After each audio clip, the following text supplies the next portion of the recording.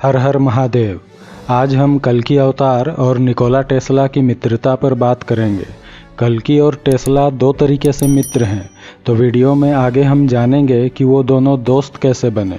किंतु उससे पहले हम भूमिका को समझ लेते हैं। इस कड़ी के पिछले वीडियो में हमने रुद्रावतार बाबा की असली पहचान रुद्र चक्र के रुद्रांश के रूप में की थी और जाना था कि उनका नाम राजरुद्र है। उनके साथ उनके तीन गण भीम, निशाचर और पराशर रहते हैं। आवश्यकता पड़ने पर ही वह भौतिक रूप में दर्शन देते हैं और यह आवश्यकता तब पड़ती है जब उनकी युग परिवर्तन की योजना के किसी महत्वपूर्ण कड़ी को कोई खास सहायता अथवा मार्गदर्शन प्रदान करना हो। जैसा कि 19वीं सदी में श्यामाचरण लाहिड़ी को राजरुद्र ने दीक्षा दी थी। वो एक ऐसा समय था जब आध्यात्मिक शक्तियों का खेल अपने चरम पर था, किंतु इसकी आधारशिला बहुत पहले ही रख दी गई थी। सिंधु सभ्यता के दौरान विदेशियों ने पहला घातक हमला किया था। ऐसा ही आक्रमण पिछले युग चक्र के समय भी हुआ था। पिछले युग चक्र में उस आक्रमण के दौरान मानव गुफाओं में निवास करता था, शिकारी था। उस दौरान क्या हुआ था, यह बात युग चक्र के रुद्रांश की स्मृति से विलोपित हो जाती है।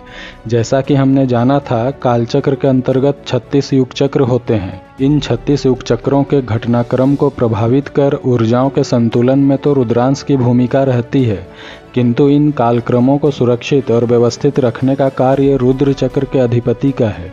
इसके बारे में हम फिर कभी विस्तार से बात करेंगे। आज इतना समझ लेना जरूरी है कि युग चक्र के रुद्रांश राजरुद्र और उनके तीन गण प्रत्येक युग चक्र में नवीन रूप धारण करते हैं, नूतन स्मृति के साथ। तो हमारे इस वर्तमान युग चक्र के रुद्रांश ने आज से करीब 10,000 साल पहले भारत भूमि पर एक विदेशी आक्रमण होते देखा, यानी ठीक द्वापर युग के समाप्त होते ही, जिससे क्षुब्ध होकर राजरुद्र ने कालचक्र के अधिपति से मार्गदर्शन लिया था। तब प्रभु हर ने सुझाव दिया था कि राजरुद्र को कलयुग के संगम काल में जन्म लेने वाले अवतार की सहायता लेनी चाहिए। राजरुद्र बाबा ने युग चक्र के पिछले 3 युगावतारों और 9 क्षुद्रावतारों को देखा था और प्रत्येक के साथ कार्य भी किया था, किंतु कलयुग के अवतार को होने में तब हजारों साल बाकी थे। उनसे किस प्रकार सहायता ली जा सकती थी? राजरुद्र बाबा जी कालचक्र यंत्र के सहारे काल दर्शन यानी भूत, वर्तमान और भविष्य सब देख सकते थे और काल यात्रा करने में भी सक्षम थे। तो उन्होंने हमारे इस यम संगम काल में जन्मे कल्कि अवतार को भी देखा, किंतु समस्या ये थी कि संगम काल की घटनाओं को वास्तविक रूप में देखना असंभव था, जब तक कि वास्तव में वह संगम काल ना आ जाए, और काल यात्रा के सहारे संगम काल में जाना भी असंभव था। कालचक्र के अधिपति प्रभु हर द्वारा यही व्यवस्था की गई थी। तो रुद्रावतार बाबा के सामने काफ़ी विकट समस्या थी, किंतु वह इतना जान चुके थे कि कल्कि अवतार इस कलयुग के आरंभ से लेकर अंत तक जितने अन्याय, अत्याचार आदि पाप कर्म हुए हैं, सभी को मिटाकर कालक्रम में संतुलन लाएगा। यानी कल्कि अवतार भले कलयुग के संगम काल में जन्म लेगा, किंतु वह 10,000 साल पहले हुए विदेशी हमले को भी रोकेगा। जिस जिस कालखंड में कल्कि अवतार की आवश्यकता है, वह उन सब में उपस्थित होकर अपना कार्य करेगा। लेकिन कैसे? कालचक्र के सहारे समय यात्रा करना सिर्फ रुद्रावतार बाबा और उनके 3 गणों के लिए संभव था। कालचक्र की सहायता से मानव समय यात्रा नहीं कर सकते थे। रुद्रावतार बाबा चाहकर भी कल्कि अवतार को भूतकाल में नहीं ले जा सकते थे। तो यह कैसे संभव हो सकता है कि कल्कि अवतार भूतकाल में भी उपस्थित होकर अपना कार्य करें? रुद्रावतार बाबा ने कालचक्र के अधिपति प्रभु हर से जब मार्गदर्शन लिया था, तब उन्होंने कहा था कि संगम काल से पूर्व की घटनाओं को प्रभावित करके रुद्रावतार बाबा को पहले कल्कि अवतार की मदद करनी होगी और उसके बाद कल्कि अवतार कलयुग को समाप्त कर काल को सतयुग तक ले जाने में रुद्रावतार बाबा की सहायता करेंगे। ये सभी बातें मैं बता चुका हूँ, आप प्लेलिस्ट में जाकर देख सकते हैं। तो रुद्रावतार बाबा ने कलयुग के आरंभ से इसके घटनाक्रम में दृष्टि बनाए रखी और कल्कि अवतार के मार्गदर्शन के लिए कालक्रम में कुछ निशानियाँ भी छोड़ी। रुद्रावतार बाबा ने देश और दुनिया के कई राजाओं, दार्शनिकों, वैज्ञानिकों व अन्य महत्वपूर्ण मानवों को कलयुग में होने वाले कल्कि अवतार की जानकारी दी, ताकि वो सभी किसी न किसी रूप में कुछ ऐसे चिन्ह छोड़ जाएं जो समय आने पर मानव देहधारी कल्कि को काल के गर्त में छुपी सच्चाई को समझने में सही मार्ग दिखा सकें। और इसके लिए रुद्रावतार बाबा ने साधु संतों की मदद ली। वह साधु संतों को प्रेरित करके अपने संदेशवाहक के रूप में उन्हें भेजते थे ताकि वो कल्कि अवतार की जानकारी उन राजाओं और दार्शनिकों आदि को दे सकें। राजरुद्र बाबा ने चूंकि संपूर्ण घटनाक्रम देखा था, वह जान चुके थे कि कल्कि अवतार को अपने उद्देश्य की पूर्ति हेतु भूतकाल के मनुष्यों की भी सहायता चाहिए होगी और भूतकाल के महान व्यक्तियों को कल्कि की सहायता चाहिए होगी।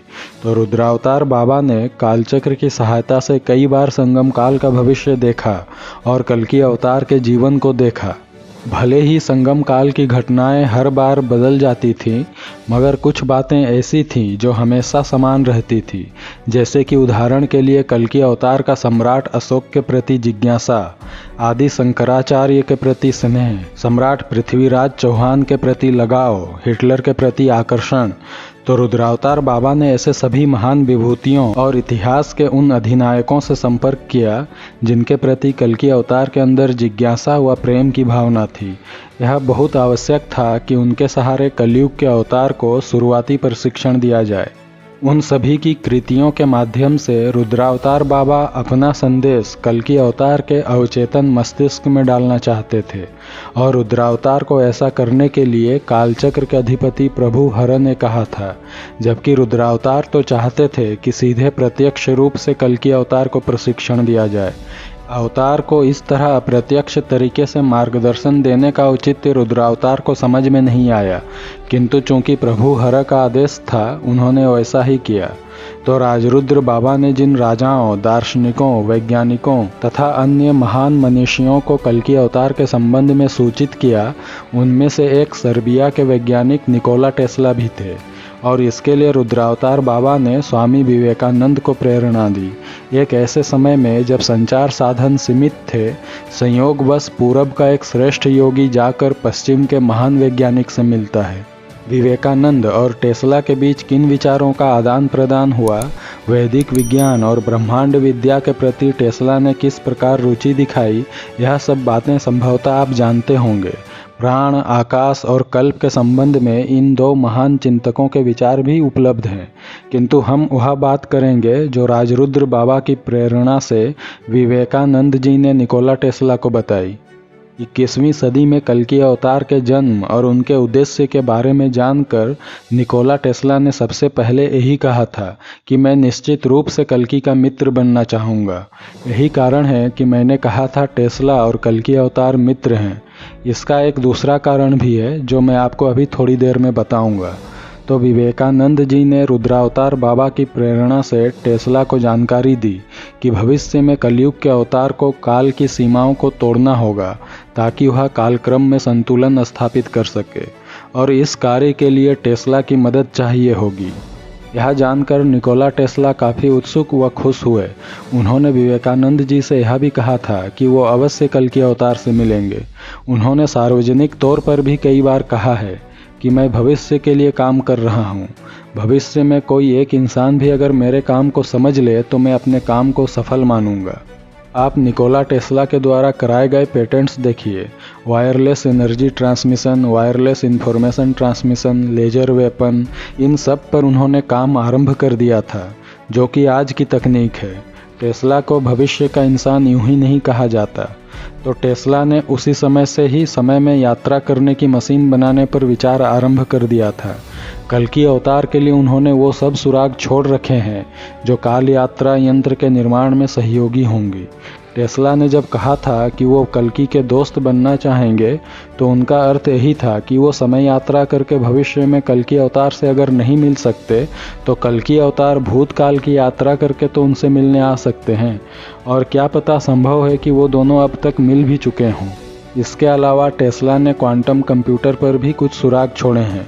उनके अनुसार क्वांटम कंप्यूटर बनाने से पहले हमें क्वांटम गणित बनाने पर ध्यान देना चाहिए। जैसे बाइनरी नंबर्स होते हैं, उसी प्रकार हमें क्वांटनरी नंबर्स डेवलप करने होंगे, और इसमें 3, 6 और 9 की भूमिका अहम होगी। उसके बाद ही हम पब्लिक के इस्तेमाल लायक फुली फंक्शनल क्वांटम कंप्यूटर बना पाएंगे। 1899 में टेस्ला ने एक इंटरव्यू दी थी जिसे आपको पढ़ना चाहिए। उसमें उन्होंने कहा था कि एवरीथिंग इज़ लाइट। उस इंटरव्यू में भी उन्होंने कुछ सुराग छोड़े हैं। दरअसल रुद्रावतार बाबा ने जिसको कल्कि अवतार के बारे में बताया, उन सभी ने कुछ न कुछ निशानियां और सुराग छोड़े हैं ताकि वह सब उस तक पहुंच जाए जिसके लिए वह छोड़े गए हैं। स्वामी विवेकानंद जी ने भारत के संबंध में भविष्यवाणी किया है कि भारत का पुनरुत्थान होगा, पर वह जड़ की शक्ति से नहीं वरन आत्मा की शक्ति के द्वारा होगा। वह उत्थान विनाश की ध्वजा लेकर नहीं वरन शांति और प्रेम की ध्वजा से, सन्यासियों के वेश से, धन की शक्ति से नहीं बल्कि भिक्षा पात्र की शक्ति से संपादित होगा। स्वामी जी ने कहा था, मैं अपने मानस चक्षु से भावी भारत की उस पूर्णावस्था को देखता हूँ जिसका तेजस्वी और अजय रूप में वेदांती बुद्धि और इस्लामी शरीर के साथ उत्थान होगा। हमारी मातृभूमि के लिए इन दोनों विशाल मतों का सामंजस्य यही एक आशा है। तो विवेकानंद जी की भविष्यवाणी से स्पष्ट है कि धर्म के नाम पर लड़ने और लड़ाने वाले भारत का उत्थान नहीं कर सकते। विवेकानंद जी ने जब प्रथम विश्व युद्ध की भविष्यवाणी की थी, लोगों को विश्वास नहीं हुआ था, किंतु जैसा और जिस साल उन्होंने कहा था बिल्कुल वैसा ही हुआ। उन्होंने द्वितीय विश्व युद्ध और भारत की स्वतंत्रता की भविष्यवाणी भी कई सालों पहले कर दी थी। तो मुझे विवेकानंद जी की इस भविष्यवाणी पर भी कोई संदेह नहीं है कि भारत का उत्थान वेदांती बुद्धि और इस्लामी शरीर के साथ होगा, क्योंकि आज जिन्हें ये बात समझ में नहीं आती कि हिंदू और मुस्लिम की एकता के क्या मायने हैं, वो ये नहीं जानते कि 1857 से पहले हमारे देश में कभी भी हिंदू मुस्लिम दंगा नहीं हुआ। अंग्रेज़ों ने जब ये समझ लिया कि भारत की सबसे मुख्य ताकत हिंदू मुस्लिम एकता है, उन्होंने इस एकता को खंडित करने के लिए साम दाम दंड भेद सब कुछ अपनाया और इन दो धर्मों के लोगों के बीच दुश्मनी पैदा करके भारत को कमज़ोर करने की नीति अपनाई। किंतु आज जो हो रहा है वह भी सही ही है। आखिर ये बात पता तो चल रही है कि हिंदू मुस्लिम के बीच नफरत फैलाकर देश को कमज़ोर करने वाले लोग कौन हैं। इसका अति चरम परिणाम आना अभी बाकी है। देश में जब तक रक्तपात नहीं मचेगा तो कल्कि अवतार के प्रकट होने जैसी परिस्थितियां भी नहीं बनेंगी। तो अब हम जानते हैं वह दूसरा कारण कि क्यों मैंने कल्कि अवतार और टेस्ला को मित्र कहा है। विवेकानंद जी की एक और पहचान भी है। भविष्य पुराण के जो खोए हुए पन्ने हैं उनमें स्वामी विवेकानंद जी को कल्कि अवतार बताया गया है, अर्थात वह एक ही आत्मा है जो साधु संतों और महान पुरुषों के रूप में आती रहती है और अंततः कल्कि अवतार के रूप में जन्म लेती है। दक्षिण भारत में प्रसिद्ध नाड़ी शास्त्र के अनुसार भी विवेकानंद ही कल्कि अवतार हैं। अभी मैंने रुद्रावतार बाबा की समस्या का जिक्र किया था कि वह समझ नहीं पा रहे थे कल्कि अवतार संपूर्ण कालखंड में जहाँ जहाँ उसकी आवश्यकता है वहाँ प्रकट होकर अपना कार्य किस प्रकार करेगा। तो इसका जवाब इसी में है कि प्रत्येक कालखंड में वह आत्मा किसी न किसी रूप में धरती पर उपस्थित थी। कभी वह सम्राट अशोक के रूप में है, कभी विवेकानंद के रूप में कालखंड में उपस्थित हैं। मैं अभी के लिए बस यही दो नाम ही बता रहा हूँ। तो संपूर्ण कलयुग के कालखंड में जब जब उस आत्मा का जन्म हुआ, रुद्रावतार ने उसे प्रभावित किया और उन सभी के जीवन काल पर बारीकी से दृष्टि बनाए रखी, ताकि संगम काल में जब वह आत्मा कल्कि अवतार के रूप में जन्म ले, उन्हें बचपन से ही विशेष प्रशिक्षण दिया जा सके, ताकि कलयुग के आरंभ से लेकर अंत तक के सभी अन्यायों और अत्याचारों की समाप्ति करके सब कुछ संतुलित किया जा सके। इस योजना में विवेकानंद जी और टेस्ला की मुलाकात अहम कड़ी है। तो आप समझ गए होंगे कि यदि विवेकानंद जी ही कल्कि अवतार हैं तो विवेकानंद और टेस्ला की मित्रता को भी हम कल्कि अवतार और निकोला टेस्ला की मित्रता कह सकते हैं। तो विवेकानंद जी और निकोला टेस्ला के बीच की बातें अति गुप्त हैं, कहीं लिखी हुई नहीं हैं, आपको कहीं नहीं मिलेंगी। और जैसा कि आप लोग जानते हैं, मैं वही बातें बताने में दिलचस्पी रखता हूं जो आपको और कहीं नहीं मिलेंगी, जैसे कि कालचक्र की जानकारी। किंतु मैं यह सब बातें सबको नहीं बताना चाहता, और उन लोगों को तो बिल्कुल भी नहीं जो विवेकानंद जी के विचारों से अधिक सरकार के विचारों को मानते हों। उन्हें किसी भी प्रकार का ज्ञान देने की इच्छा मेरी नहीं है, वो लोग पहले से ही ज्ञानी हैं। विवेकानंद जी ने भविष्यवाणी की है कि भारत का उत्थान वेदांती बुद्धि और इस्लामी शरीर के साथ होगा, तो मेरा पूरा विश्वास है कि ऐसा ही होगा। जो नेता लोग हिंदू मुस्लिम के बीच नफरत फैला रहे हैं, उनकी औकात स्वामी विवेकानंद जी के सामने कुछ भी नहीं है, और जो लोग ऐसे नेताओं की चमचागिरी कर रहे हैं, वो तो विवेकानंद जी के चप्पल की धूल की बराबर भी नहीं है। तो ऐसे लोगों को मैं कोई गुप्त बात नहीं बताना चाहता, इसलिए जानबूझकर सरकार की बुराई करता हूं, जिससे ये लोग आहत हों और मेरे चैनल से दूर चले जाएं। और आगे भी सरकार की गलत नीतियों का विरोध करता रहूंगा, ताकि एक भी अंधभक्त मेरे चैनल का सब्सक्राइबर ना हो। अंधों को रोशनी से क्या मतलब? उनकी आँख खोलने के लिए सूरज के आग की ज़रूरत पड़ेगी, और वो जल्द ही होने वाला है। तो हम बात कर रहे थे कि कल्कि अवतार समय में पीछे जाकर सब हिसाब बराबर करेंगे, और इस काम में उनके ही प्रतिरूप जो उस काल में मौजूद होंगे उनकी सहायता करेंगे। उदाहरण के लिए सम्राट अशोक के समय में यदि कल्कि अवतार जाते हैं तो उन्हें उनका सहयोग प्राप्त होगा, क्योंकि सम्राट अशोक भी कल्कि अवतार ही हैं। वह एक ही आत्मा है जो बार बार आती है। कल्कि अवतार वह विश्वात्मा है जो बार बार लगातार इस धरती पर आती रहती है। काल चक्र से बंधी वह आत्मा सृष्टि के आरंभ से है और विनाश के बाद भी रहेगी। परमात्मा का प्रेम देखिए, वह जीवन मरण के चक्र में फंसती है ताकि दूसरों को इस चक्र से निकाल सके। वह आता है बार बार ताकि बाकियों को ना आना पड़े।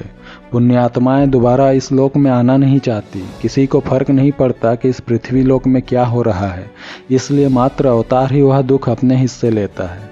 तो आज के लिए बस इतना ही। वीडियो अच्छा लगा हो तो लाइक, शेयर और चैनल को सब्सक्राइब करें।